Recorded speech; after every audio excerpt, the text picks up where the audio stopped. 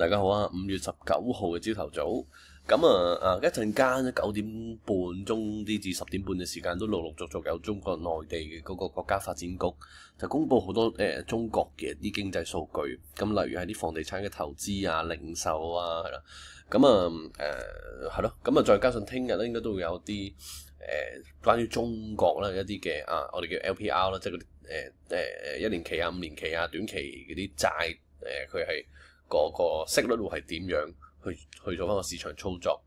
咁但係基本上中國嚟講咧，即係可能大家有啲咩月供基金啊、MPF 啊買嘅咁樣，中國都冇喐過噶嘛咁多年。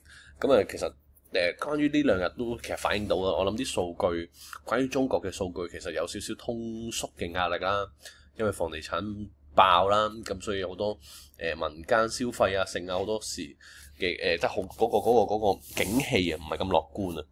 咁M2、M3 數據都係，咁所以我預期呢兩日即係中國嘅嗰個數據咧，唔會話有啲乜嘢好特別亮麗啊，導致到恆指向上啊，或者其實你可以再 check 5.0跟住1呢個上證指數，咁雖然呢度夾高咗啦，嗱咁但係我覺得都係 up trend 嚟嘅，不過你見佢咧其實都橫行咗好耐，咁即係一個大 up trend 有冇一個突破嘅可能性咧？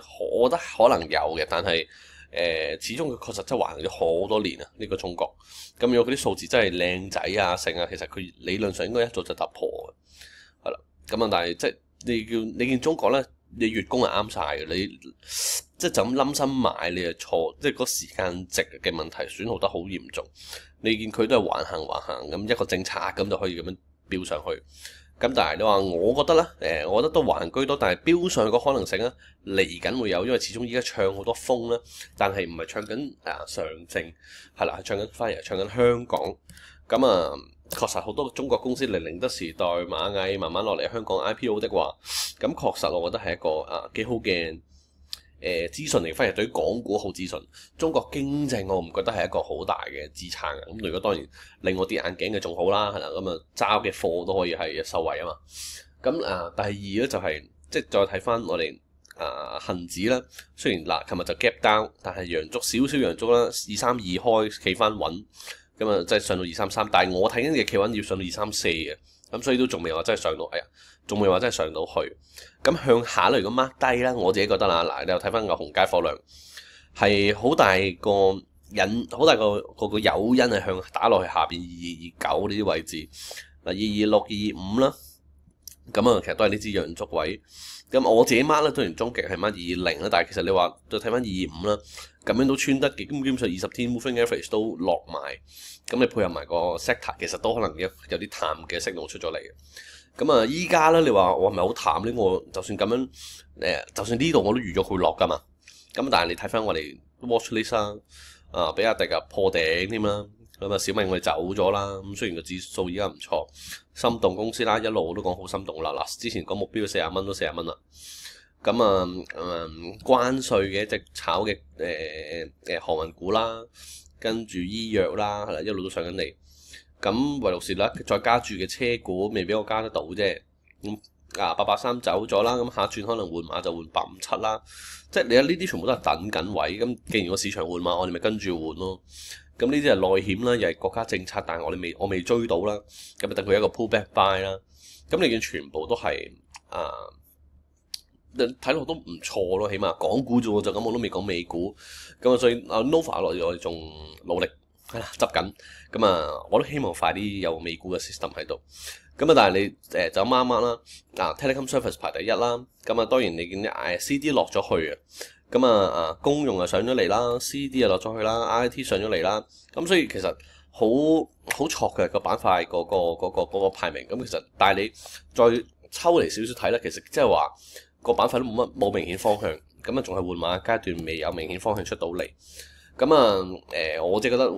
CD 就夾落去啦，咁即係向下嘅嗰個可能性係大，但係同樣地大方向我覺得係樂觀嘅，大方向我覺得係樂觀嘅。咁但係可能短期內要留意啦。咁周線圖上影線比較長少少啦。咁你話可能初時會出少少陰燭一個 retest 唔知嘅，真係唔出奇嘅，會落到22000添啊，都真係唔出奇。但係我自己對大方向係尚算樂觀咁解啫。咁就係啦，咁所以我哋都係睇位做人啦。咁但係總之個市場都仲係換馬階段，偏向樂觀。咁所有都仲係 up trend 破緊頂嘅，你見好多股都。咁所以我就冇話太擔心。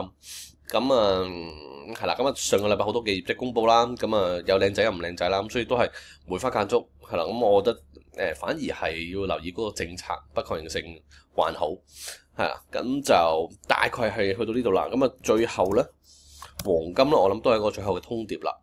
咁即使做咗 call 啦，我講過啦，係一個細注做UGL 嘅 call 添啦，咁所以本身有槓桿嘅 ETF 再 call。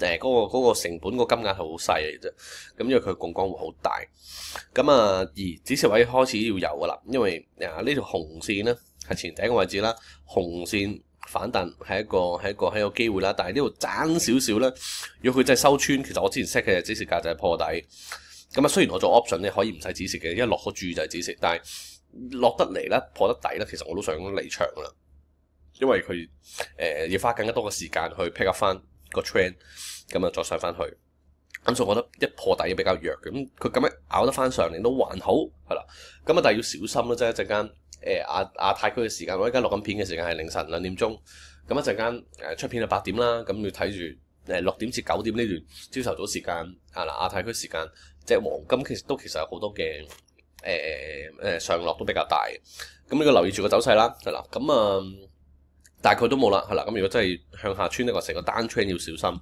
黃金有可能如果咁樣個低位都穿埋咧，其實真係可能 trigger 到成個雙頂 retest， 可能真係落翻嚟3000蚊樓下噶啦。咁呢個要留意啫，係啦。我下一 part 睇嘅係都係2950呢個 range。所以短線都可能做翻個止蝕。咁你話我會唔會追沽咧？我就唔會太特別追沽啦。始終成個大 trend up trend 咁樣升上嚟，追沽都係下一 part。